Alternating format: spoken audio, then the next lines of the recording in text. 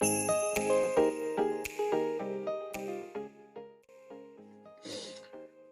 hello. Yeah, welcome to this episode of What I Don't Know. so, I talked in my previous video. I talked about the fact that I would be, I'll be making, content, YouTube video, sharing my thoughts on a daily basis. So, this is so. Over the weekend, I a thought came to my mind before that thought actually. So over the weekend I was watching a YouTube video. No, I was actually watching a football match, and after the football match I left the channel on and on that and all that. And then there was a kind of like documentary that started playing. I think this is a documentary made by the English football league, and it talks about green energy. It talks about climate change and things like that. You understand? And it captivated me so much watching that documentary, because I learned a lot, and it brought a lot of ideas to my head on how to preserve nature and things like that. And before that also,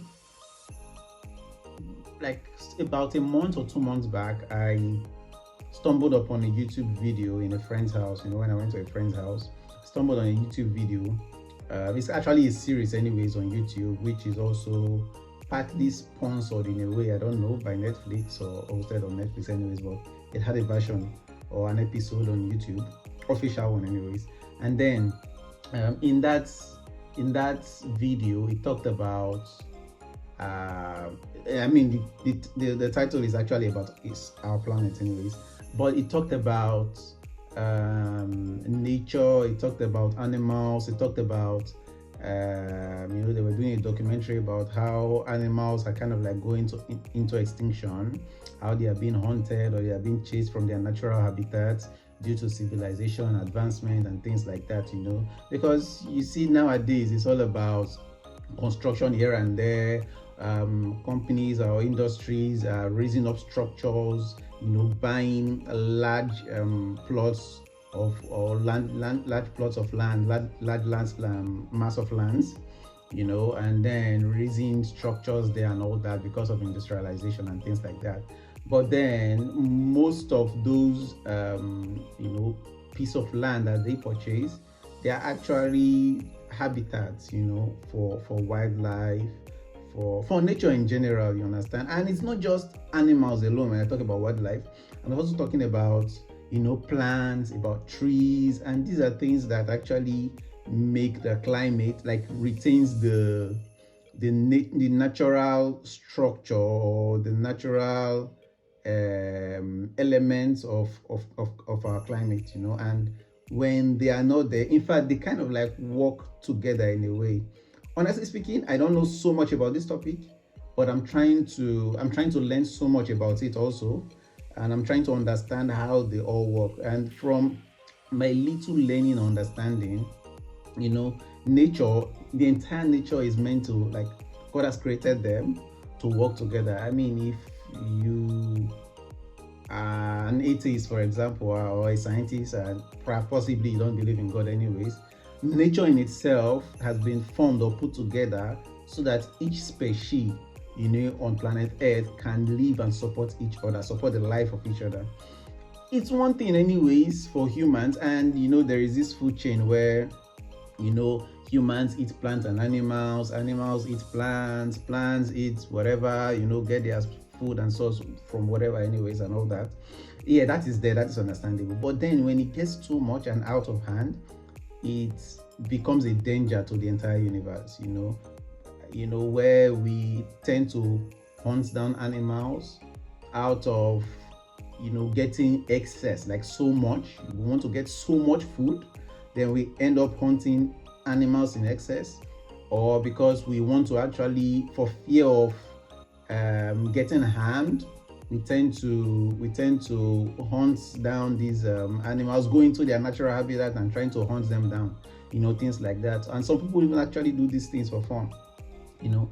But watching that video series, that documentary on Netflix called Our Planet, it was really, really touching, knowing how beautiful the world is, when we also have plants and animals and everything, how nature can be so green, vibrant, and all that. So, like, it got my head spinning and thinking a lot, right? So also when I saw the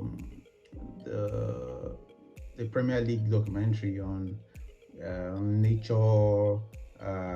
I think it was called Green Game, also the Green Game or something like that. Anyways, long story short, I think everything has to do with preserving nature, and then keeping the green life we have, still shining bright, and I I started thinking a lot, after watching that video. I think that was on a Friday, and at some point I looked around, within my house. I mean, there's a kind of like self-consciousness that played in, where I tend to look at it. I mean, for one, I'm someone who likes going to bed, when with the lights off and all that. In a way, I kind of like a dark atmosphere, especially when there is nothing really I want to do with light at that moment, where I don't need something bright for me to write or things like that. So I like, dark scenes and all that, anyways. And after watching that, documentary, I looked around and I'm like, wait a minute. I think watching TV or whatever would make more sense when the room is dark, when there is no light, right? That aside, I then looked at it like, the lights being on, I am actually making use of energy, right? No matter how small or minute the amount of energy the light bulb utilizes, even though it's said or considered as energy saving bulb for some of them, to some extent it still utilizes some form of energy, right? It's not like it's just there and it's not doing anything. It's actually working, it's actually doing something, and it's actually using some form of energy. Though it saves a large amount of energy, but it still uses some. But then I was like, even at that, what if it doesn't even use energy at all? Take for example, I'm alone in the room. That's one. Secondly, there is nothing in particular right now that I will need bright light for. It's not like I'm writing something, I'm recording a video or whatnot. So what if I can switch off the light at this moment, and then when I need it, I can easily go to the switch and turn it on. I mean, it requires some energy from me anyways, but I believe I would be conserving much more energy. And for those people that they actually can't sleep at night without the lights being on, it's no, I'm not being judgmental anyways, but then it's I understand it could also be the way one has been brought up, one's life upbringing and all that, or for several other conditions unknown to me anyways.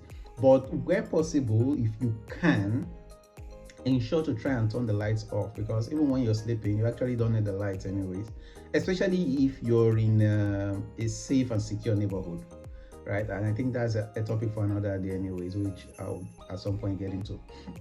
So for me, what I do is I turn off the lights. That's one, naturally, right from time, even before I came to this realization. I always turn off the lights and things like that. And then on that day, on the weekend, I'm like, let me turn off this light. And I didn't just turn off the light in my room. I also thought about it, like, even in the bedroom, in the restroom, in the dining hall, in the dining room, I mean, in the living room, the lights are on and there is no one actually in the living room. So why are the lights on? I started thinking about it, and immediately I kind of like got up and turned off the lights. I mean, that's a way to conserve energy and make judicious use of resources. Energy is resources. The money you pay for the utilization or consumption of that energy is also some resources. So why not save them? You understand? And yeah, it may look a little insignificant when it comes to the entire concept of climate change, global warming, protecting our universe and nature and all that, compared to what the big factories would do when it comes to those that are into mining, gas flaring, oil exploration, things like that, bush burning and all that. But then sometimes too, we can make a little difference, and it helps to build our consciousness, especially when we get to the large scale level at some point. Take for example, we may end up becoming managers of this kind of companies, and we may be in a place to make certain decisions about things like this too. But if we have developed that habit or that attitude, or that concept or idea that at every point in time we should try as much as possible to save energy as much as we can, I think it will go a long way. And it can also go into advocacy programs, for people and the likes. Anyways, so I did that, and I was really happy and fulfilled doing it. And even after doing that, I started thinking, because professionally I am a software engineer, right? With several years of software engineering in the software engineering industry or tech industry, and I have also led teams to developing amazing applications, valuable applications that are being used by thousands of people in the world. And I also thought about an idea where, and also this is also because of the kind of person I am, right? I am someone who, I am very thoughtful, and I am also very creative, in the sense that most of the times there's almost no day that goes by without me thinking about an idea or something that would improve our living condition, especially for me and also for those around me. I mean, just thinking about it, like I think about an idea and I'm like, this idea is something that can be helpful to me but also helpful to others. Take for example, I thought about when that idea of like switching off the light, conserving energy and things like that came to my head. I also thought about it like, maybe this is something that can be useful for others. So what if one develops an application or something kind of like a utility app that sends a reminder on my phone? Take for example, it's able to detect the time of the day, say evening or night time, and it reminds me, switch off your lights, kind of like a push notification that appears on my screen.